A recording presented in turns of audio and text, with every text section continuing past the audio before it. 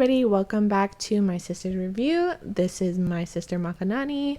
And this is my sister Michaela. And today we're talking about Onyx Storm. Ooh, ooh.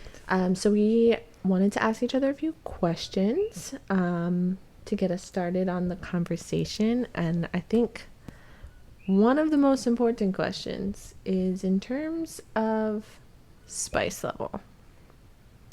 Was this a bell pepper for you, or was this a ghost pepper for you? Or somewhere in the middle? I feel like it was in the middle. I feel like this one wasn't as spicy as, especially like Iron Flame. Mm-hmm. I feel like this one had some spiciness. Mm-hmm. So I would give it a solid 3 out of 5. Yeah, a little jalapeno. Little jalapeno. Jalapeno business. Yep.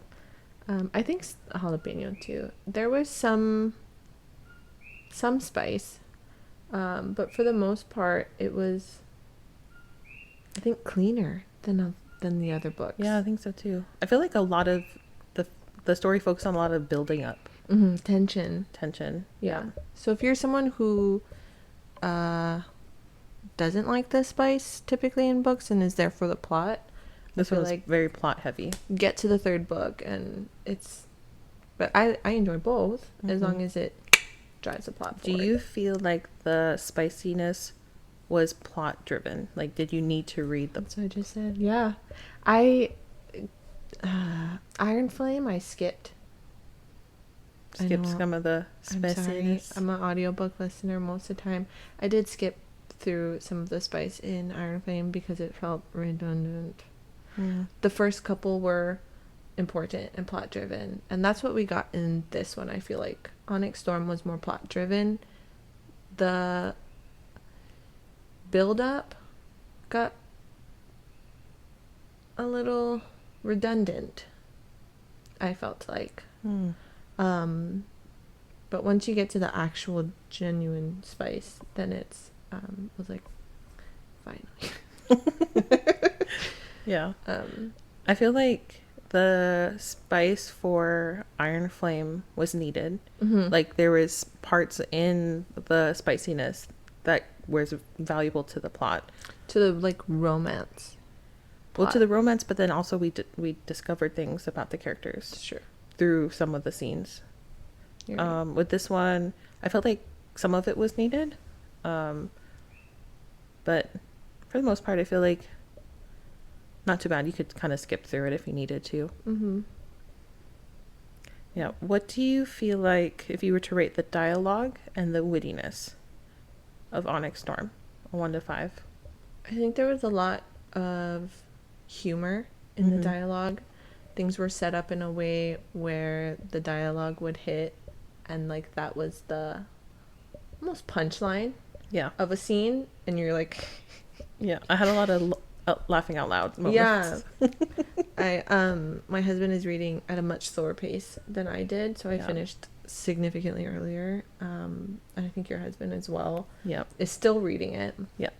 And the strange looks that I got from him as I'm reading, and I can't tell him because I don't want to spoil it. But exactly. I'm like, it has very vocal reactions, so I would rate it maybe a 4 out of 5.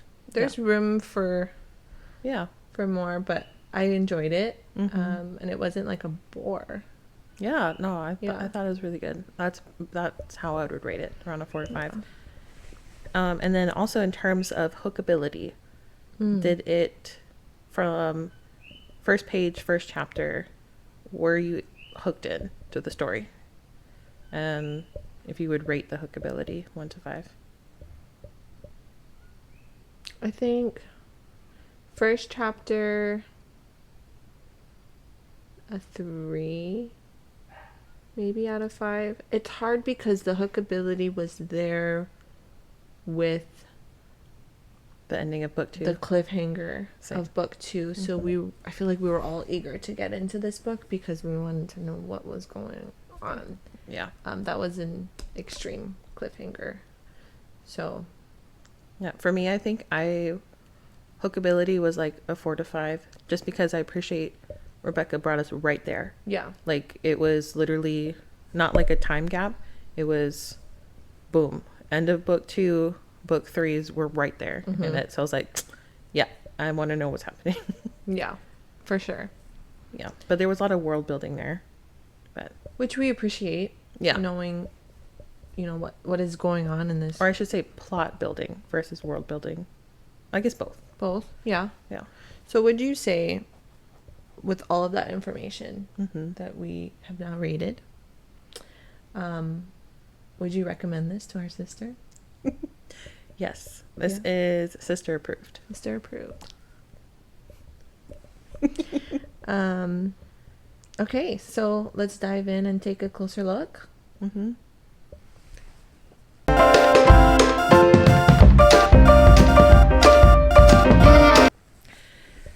So first thoughts. Yeah. First thoughts was, holy moly, this was a thick book, in the sense of we got through a lot of content, got through a lot of new things. I know that you have different thoughts though too. So what's your thoughts? I'm getting increasingly tired of the Xaden and Violet love story. I want to either read someone else's love story in this world, like Garrick and Imogen, or Mira and Drake. Like, give me something else, because how much more can they... Right, so you are shipping those couples. Oh, for sure. For sure. Scene we got with Imogen and Garrick made me giddy. And also Mira and Drake. Like, I see what she was doing there. But I'm just tired of, I can't touch you. That was kind of a lot through the book. He said it, I counted 6 times. Oh, that's a lot. 6 times. And I was like, we get it. You can't touch her, but you want to. We get it. And like, I think I'm just, like, I loved them in the first book, which I think the first book actually is my favorite. I think I said previously that the second book was, but I'm taking it back. I think the first book, because of them, they made that story. Yeah. There was angst, there was intrigue, there was touch her and die, there was, is he gonna kiss her, is he gonna kill her? Like, we got a lot for that as a plot line. And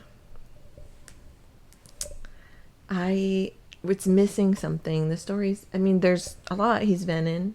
Yeah. And Violet's trying to find the cure, but it's not like, we already know they love each other. I love you. You're mine. Well, it's overdone. I disagree with you. Okay. That's fine. Which is, yeah. I feel like this book was needed in the sense of showing Violet that she needed to build up her leadership skills. I feel like that was kind of consistent. She constantly had to prove herself time and time again through this book with different challenges. And Xaden kind of taking that back seat, the love story kind of a back seat. And that, like, he's kind of in this wallowing side. I'm Venom. And I forget what Riddick or Violet said, but how they described him, like, he was sulking, basically. He was. Yeah, which is understandable, but if you think about it, it's like he became Venom, and he's having to struggle with that. His dragon's not talking to him. He feels like he's gonna hurt Violet because it's not the world they imagined. It was just, there was no resolution. Yeah, not yet, I feel. But which I get. It's a 5-book that we know of, which originally was supposed to be a trilogy. I remember I heard that online somewhere.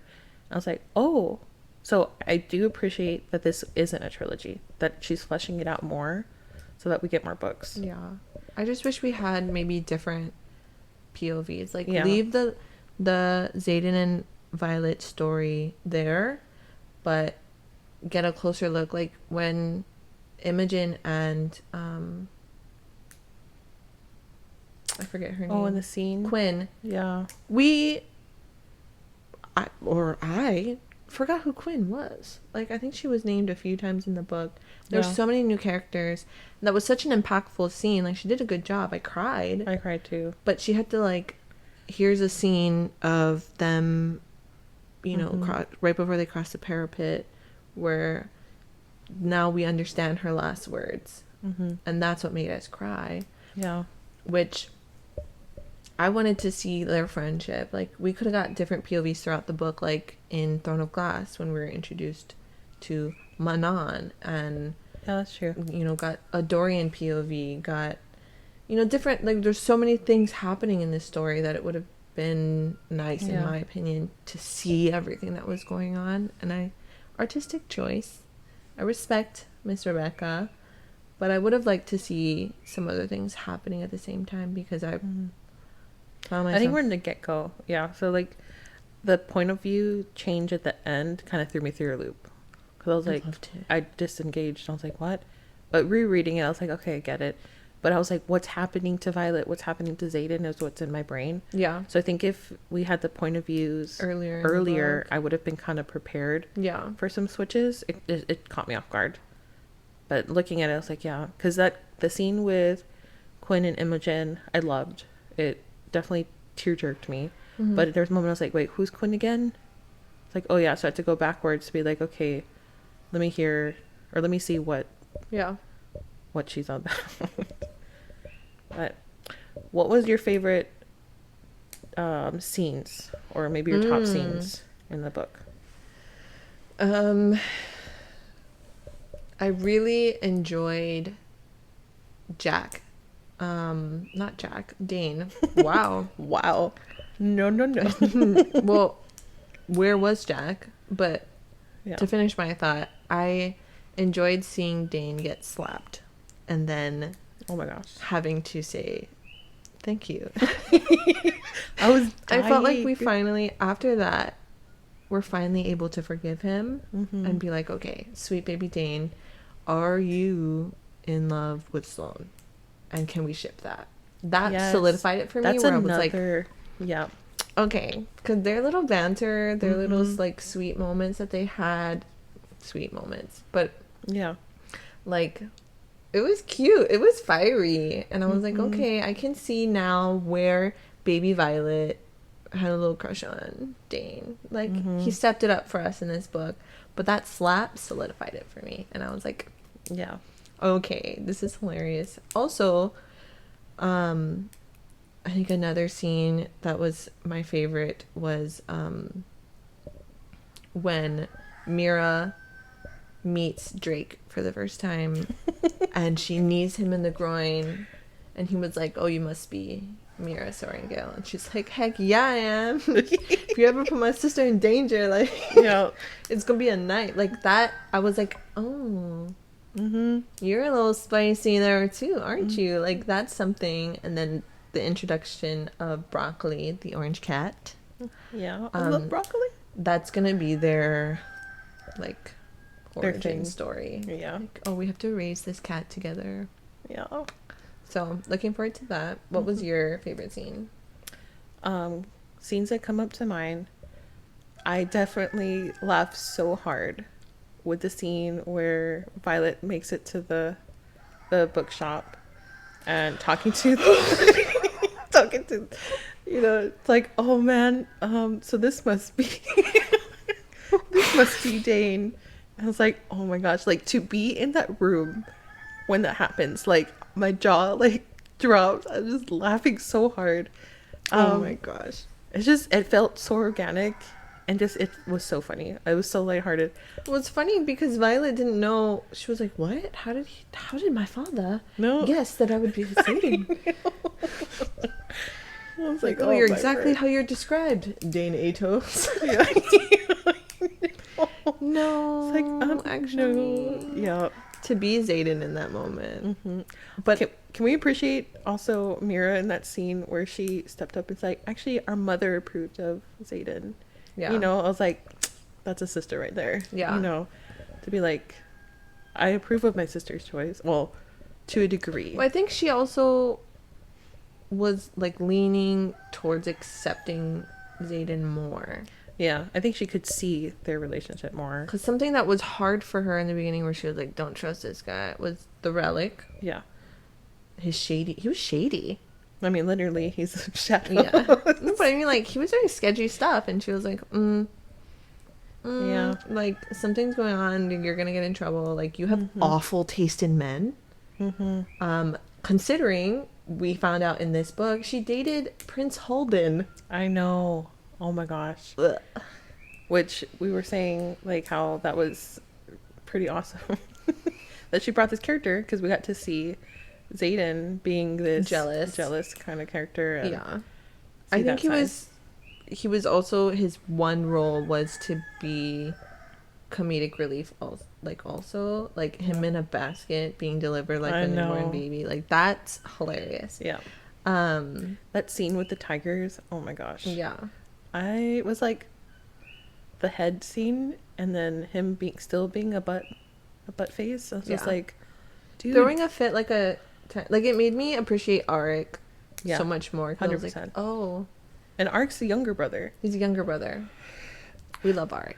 Team Arik. Yeah. The other scene I was gonna say that stood out was towards the end of the book, where and Darna left, right? That broke my heart. Violet was completely just broken, catatonic. Yeah, because she got to the point, she's like, she hasn't really mourned her mom. She almost lost her sister, right? Not yet. Oh, not yet. But she, constantly in the fear of losing people. Had lost people. Liam. She had lost that guard on the trip, which she was in charge of. Yeah. There was different things happening. And when she's coming out of it, she's like, what is it? Like, I breathe for, what was that quote? I breathe for Taryn, but I live for Xaden. Yeah. Or something like that. That part. And then as her siblings are fighting, which, I can relate. Oh, we had sometimes. that sweet, tender moment with her. I did like that. She goes and she goes to the bath, and Xaden just washes her hair. Like, that scene, that vulnerability, the brokenness, the low point. I was just like that tenderness there. Having been subject to immense amount of grief. Yeah. I thought that Rebecca captured that really well. Because especially after losing our father, losing our sister, like, I have losing our close uncle. Yeah. We've had a lot of experience with loss, but also being in that catatonic state, like, I could relate to that, and like the depression that sets in, and I thought she verbalized that really well in this book, because it's not really like, the world is happening around you, which I thought the struggling to breathe up part, right, too. I have nothing left to even breathe. But Taryn opening himself up like that and just giving 100% access, oh my gosh, over to Violet, made me cry. And she was just listening. She wasn't participating in that conversations, but she was just listening, and she was like, it reminded me of the cinematic version of Twilight, I think New Moon, where you just see the seasons pass around Bella, and she's just kind of sitting there, and it's like, life is happening, but you're not a part of it. You don't want to be a part of it, and she captured that really well. But I like that she didn't leave Violet there. Violet stood up, she picked herself up, she took a bath, she got clean, and she did what Violet does best, and threw herself into things like burnout and awful distraction pieces. Oh, you scared me. Sorry, no, sniffing. Like, tearing up slightly. So, but no, I thought that she did really well. So I think that those are the scenes I think that stuck out. I mean, of course, the ending was like, we talked about being Endgame. I was like, this has got to be Endgame. What? I saw this theory that people think that Violet's pregnant because they kept leading up to, like, oh, we need an heir. Oh, it's possible. She had all these extra symptoms of being tired and being sore, and I forget. Because he could have been distracted being Venom and not take his stuff. They didn't mention it all. At all the contraceptive tea. You're right. I think that's a theory I can get behind, that I think she might be pregnant. But I don't think Rebecca would use it as a trope.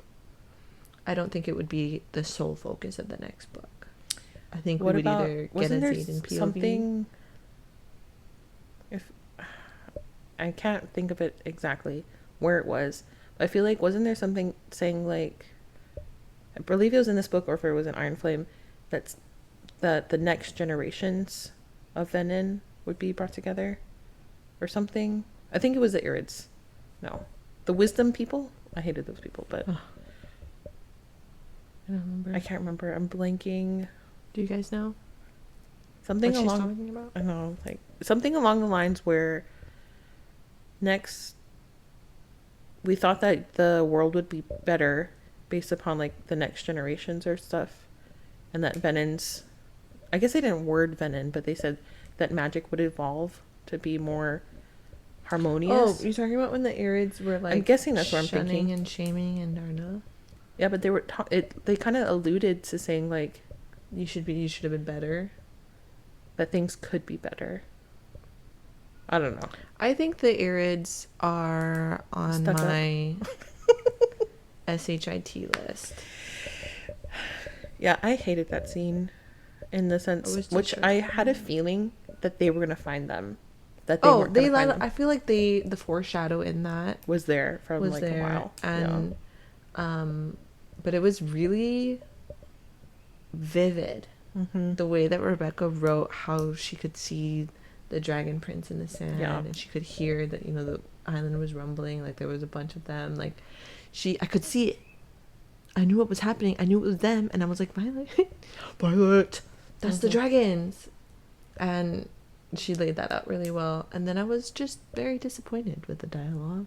But how cool is it that the Irids can do that little whistle sound, and then everyone hear them, and now like Violet can hear not now, it's only, Well, there's something with the magic thing with the Irids, which are going into territory of theories, but in the sense of, I think there's something to do with them being pure magic. I have an idea, but I don't want to be right. What? You gotta say it now. I think they're gonna use the blood of a Irid to have to cure Zayden or something. You think so? That. I think it's gonna be like a kind like a sacrifice. Maybe it can just be actual blood, not sacrifice, like not dead. I don't think so. It's like a soul for a soul. I don't like that theory. I don't like it either. I don't like that theory. I don't want that to be the case. Be. If it is, I think they should pick a different Irid. Not Andarna. I think Andarna's going to come back. I think she's going to spend 2 years.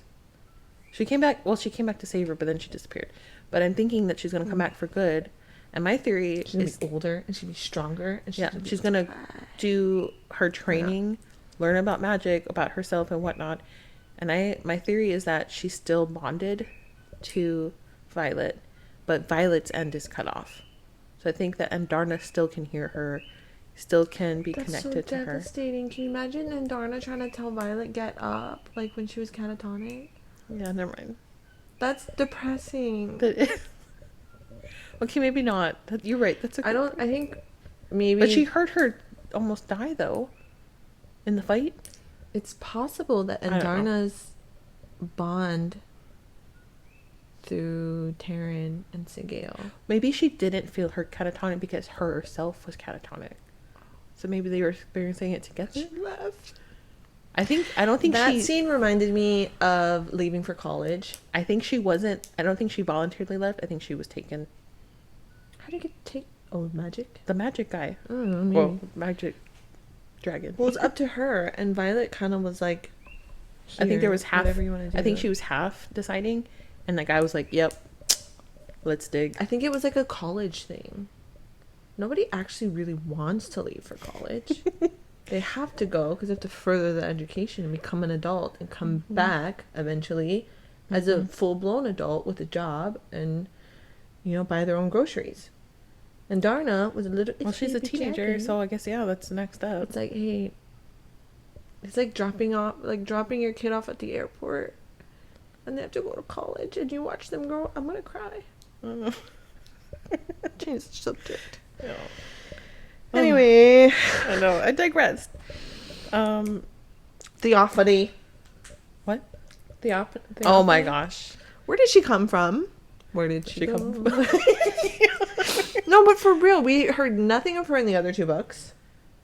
And then she just shows up, and then she has her mom's signet. I know. That threw me off. Yep. Which, like, that theory is like powers in balance. Who else has Violet? Who has Violets? And then vice versa, like all these people, all the signets that we know, it's like, okay. Which, when yeah, what's his face got the shadow? The shadows. Yeah. Oh! I know. I was so sad, because does that mean... Like, that means there's no hope. That was a no hope moment for us. That was the final straw. It was like, okay, I think... I don't want to be right. Come on. I think Xaden's gonna die. Better not. And we're gonna get another love Maybe person. just die and reborn? Endgame. She brings him back to life. He meets his end. And then maybe she just doesn't fall in love with anyone else. I don't like this theory. I don't either. But where can you come back from that? Maybe he dies there's and comes back She said to life. multiple times there's no cure. That doesn't mean that there's no cure. It's possible there's no Every cure. possible avenue. Rebecca is sadistic. Yeah, but she talked about bringing us low for character development. They got married. Xaden has character development still. There's still room for that. Yeah. I think they got married because he's going to try to unalive himself in the next book. Bruh, I don't like that one. No. And then there's going to be a hyper focus on Garrick and Imogen. Mm. Also, where is Bodhi? I know. Bodhi! Where was he? He disappeared. Mm-hmm. And he could be the brother that everyone is talking about. Or it could be Brennan. I know, that's what I was thinking. I think it could be Brennan. The reason why is because they allude to him often. But I don't know. The thing that we narrowed it down was that there's only 5 possibilities. Brennan, Bodhi, Garrett, Riddick, and Sawyer. And Sawyer. Yep. Mm-hmm. I don't think it's Sawyer. Nope. He only has one leg. We love him. We love him. I don't think he would. And he wasn't anywhere there. Bodhi threw up. And he was touching the ground. He was like on his hands and knees throwing up. It's possible. And we got to see both POVs, I guess. Imogen, popcorn brain. Xaden's POV as the shadows, right? And then he like sees Imogen looking up at the sky, right? And then we get Imogen's POV. She sees the shadows, and then she looks up at the sky. And then both of those instances, Bodhi's on the ground throwing up. Yeah, I don't know. I think it's Bodhi. And that's why he had to marry Violet. Because with both of them turned venom, Violet's the last option. I think Violet, throughout the whole book, I think the way that I saw Rebecca's writing is that she was gearing up Violet to be a leader. She was constantly like, no, I don't want to be a leader. And Xaden's like, the best leaders are the ones that don't want to lead. And she constantly put into the... I know. So good. If only our politicians would follow suit. Let's not go into politics. But, with being leaders, for her, that was something that she felt like she was behind the scenes, which being that she was the third kid, right? In the sense of youngest, in the sense of being overlooked.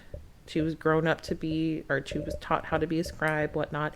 And she's having to come to, she's like, first book, introduction, world change. Second book, oh my gosh, my world's changed. What the heck? What am I doing?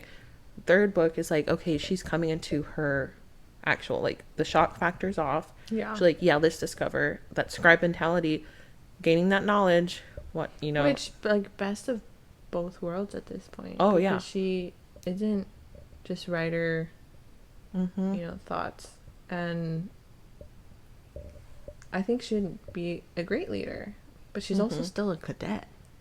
And cadets technically aren't supposed to get married.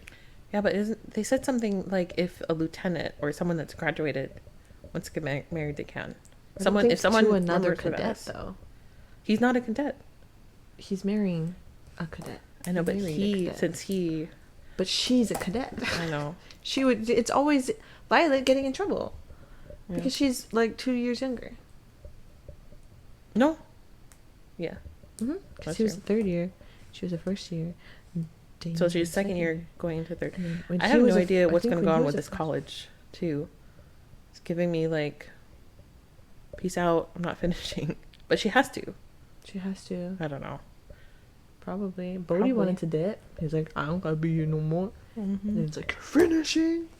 So Bodhi is... You're not allowed to leave. So I think I'm torn between Bodhi and Brennan, being the brother that turned Venom.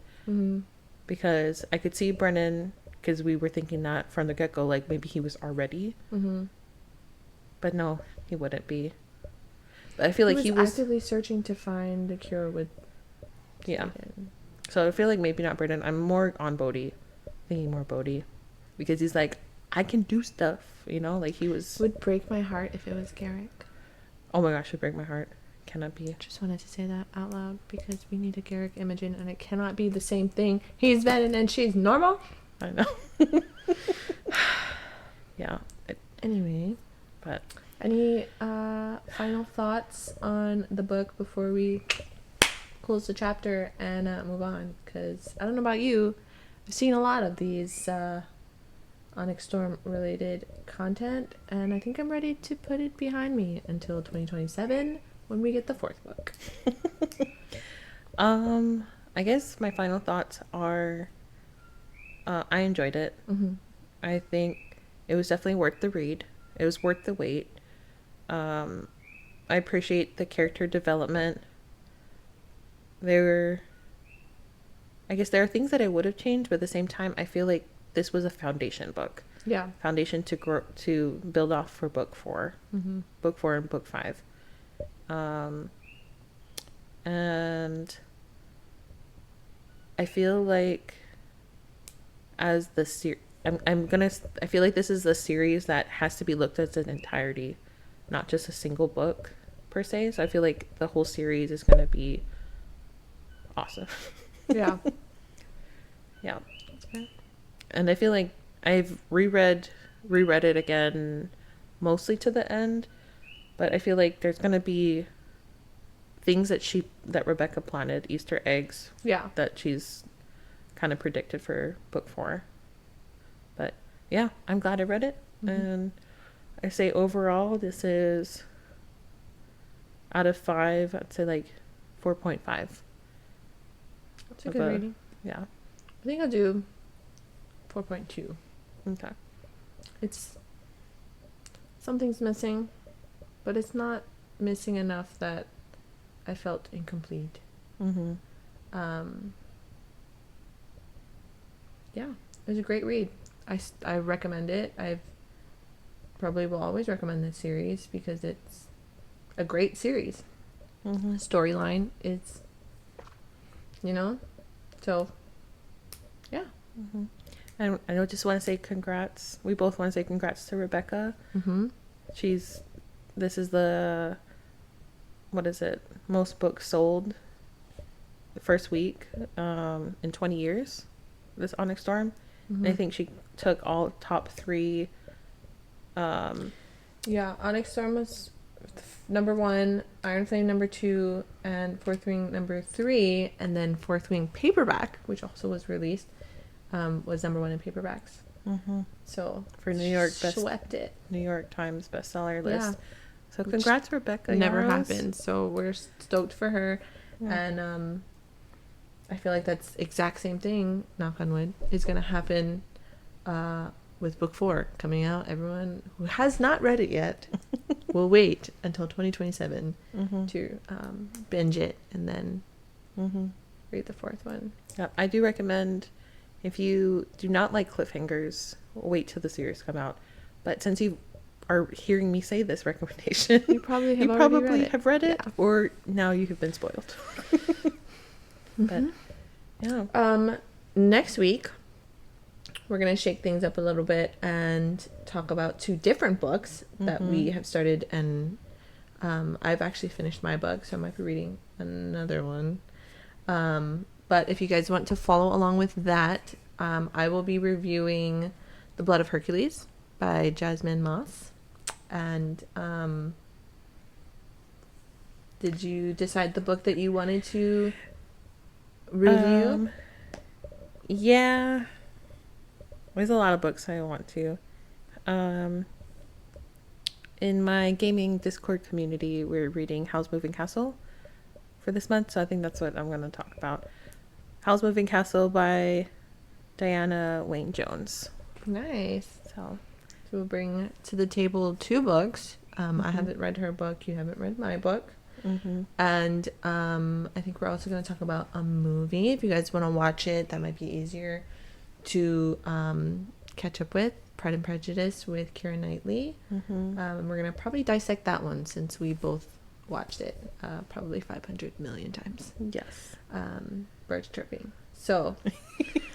And but yeah, thank you guys for being here. Yeah, thanks for joining us, and hope you guys tune in next week. Yeah, go ahead and hit that like button, subscribe to the channel, leave a comment about your favorite book, your favorite scene in Onyx Storm if you've read it. Hopefully you have, or we just told you the entire plot line. And also any recommendations you have for future books, because I think we're all just trying to get out of the slump that is the Empyrean series. Yes. So with that being said, we bid you guys adieu and see you next time. Bye. Bye.